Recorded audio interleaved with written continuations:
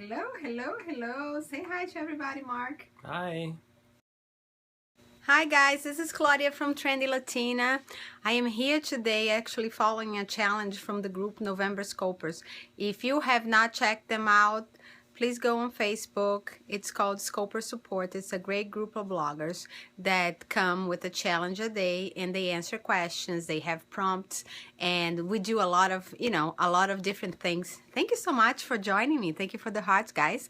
So today I'm excited to actually bring my husband, Mark Crush, who's an SEO expert, and he's going to share three things. Hi, hello, I'm finally seeing people. Thank you. Hi, Lauren. Thank you. Thank you for being here. I couldn't see anybody yesterday. I did the scope, guys, and I couldn't see you guys. I know you guys come and always support me. So you love the turkey hearts. Me too. I love seeing them. It's awesome.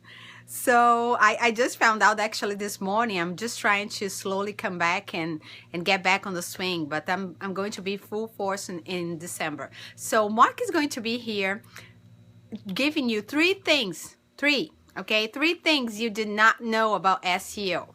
And when he asked me those things, I was asking him, I didn't know about them either. So some of those things are new to me, so I know you're going to get excited about him. So I'm going to thank you. Yes, I'm glad you're here for this too. The cat is driving my husband nuts, but let's see how we're gonna do. So I'm going to transfer the camera and he's going to start sharing with us three things you didn't know about SEO, and I'll let you guys ask questions too. If you would like to ask any questions, please, as he's talking and explaining, he will answer your questions. Okay, just a minute. Let's the camera. Okay, Mark. Hi, everybody. So I was talking with Claudia, and one of the first things that I wanted to mention was that, did you know that when you do searches on Google, if you do a whole lot of search requests, you can get yourself into, you can actually get yourself suspended. They won't answer your search requests for a certain period of time because they want everybody have equal access to their website. They want everybody to have access to their website. So if you're kind of monopolizing all the search requests, they don't like that. So they will suspend you for a short period of time. And why is that important for SEO? Because if you are running a program to try and figure out where your website is ranking, for as far as the pages go, the search engine ranking pages, they can suspend you. And if you're doing it from your home, then your home will be suspended, and everybody that's in your home, it's based on an IP, so everybody's searches will be temporarily suspended. I didn't know that. That's awesome, Mark. That's the first thing. And the second thing, does anybody know what a proxy is? Anybody have an idea? Just send in a little yes if you do. You never knew that? I didn't know that either. Laura. I had no idea. I don't know what a proxy is either. So let's hear. Yeah, and I live, it's my husband, and I've never heard of that either. Okay, Mark. So what a lot of search engine optimization people do is they use what's called a proxy service, and a lot of the hackers have used it. It can be used in a business to go and look at Facebook pages if your business stops you from using Facebook, but a lot of hackers use that, and it can also be used by search engine optimization folks. And what it does is, instead of you going directly to Google to do a search, you go to a server, and that server has a whole bunch of IP addresses. They call it a pool of IP addresses, and the larger that the pool is, the better that the proxy is. So you want to you can do a search on Google for free proxy servers, and you can use one of those services to do your searches if you're trying to keep track of how your page is ranking. And it's kind of like when you go to a post office and they have a post office box, you go to the one post office, but yet there can be thousands of post office boxes in there, but you're still just coming from the one place. And what it does is it hides your IP address, and it assigns you a different IP address, so that each time that you're going in and making a search, it's using a different IP address, and that way you won't get in trouble with Google and you won't get your IP address suspended. Okay, everybody understand that? Give us some hearts if you understood, because this is still very new to me. I didn't know any of that. And then the last thing is... You've got some hearts, Mark. The last thing that we talked about a little bit last time, and that is if you're trying to get your website ranked, and suppose you have a website about cats, well, you wouldn't want to pick a keyword that just is cats. You would maybe want to go with a specific keyword like tabby cats, female tabby cats. So it would be a lot easier for you to rank for female tabby cats than it would be for cats. And the longer that the keyword phrase is, usually it's what's called a long tail keyword, and it doesn't have anything to do with cattails. It's just a longer keyword phrase.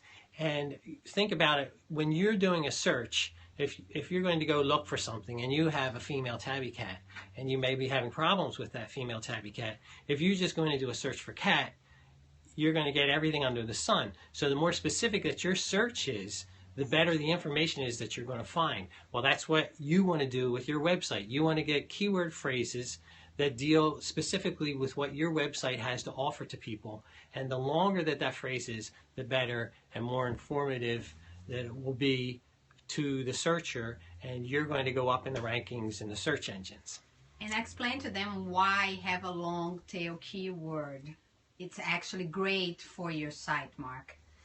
Because it's easier for your site to get ranked for that. And that's the main purpose of it. And it also shows Google, it makes it easier for Google to categorize your site and offer your site as a solution to somebody who's doing a search for the information that your site is offering to the people. Okay, that sounds awesome. I actually have to work on that as well because, in my case, I usually do more, one word keyword, and that's how I try to rank. But, you gave me homework. I got to work on my long tail keywords. And so, Mark, would you like to give us one last hot tip before you say goodbye to everybody? When you do, I talked about this before, and some of you may not have seen it, but when you do a search, Google will often offer you a suggestion. As you're typing, it'll try and decide what it is that you're going to look for, and they'll give you like words. If you go in and you put in tabby cat, and it may add other things at the end, write those things down or take a screenshot of them, because those are potential keywords that you can use for your website, for your blogging. When you do an article, you want to put that keyword in your title, and it'll help you rank better. So if somebody doesn't have a husband is an SEO expert or doesn't have the budget to hire an SEO expert, it's a good idea. I agree with you guys. So what last advice you would give to them to improve their SEO? Plugins, what would be your best advice for somebody that doesn't have a budget to hire an SEO expert? If they don't have the budget to hire an SEO expert, you can read as much as there are some really nice publications out there that are online that you can get for free, and they offer you some really good information that will help you in your everyday blogging, help you be a better blogger, and help you get your website ranked faster and higher. Just do a search for SEO information on Google and look at some of the publications, and if some of them get real technical and you probably wouldn't want to be trying to read them, but some of them are very down to earth and easy to understand, and I would recommend that you go ahead and subscribe to their list, and you'll get their publications. Usually it's once a week. Some of them are as infrequent as once a month, but most of the good ones are like once a week. They'll offer you an article to check out. Thank you so much, Mark. You're welcome. Us on the web right now, or if you're joining us here on Periscope, I was doing an interview as a part of November Scopers Challenge, one scope a day, and the interview was about SEO. My husband is an SEO expert, and he was sharing 3 things you might not know about SEO. If you have just joined us, please come back, go on the replay. Thank you so much, guys, for watching us. Thank you for being here. I hope you watch us on the replay. If you're on the web, please let me know you watched. Let me know your thoughts. Let's connect on Twitter. I'm at ckrusch everywhere. Thank you so much, November Scopers, for being here with me. Thank you for everybody. Thank you for the love. I will see you guys definitely tomorrow with a new surprise. Okay? Bye-bye.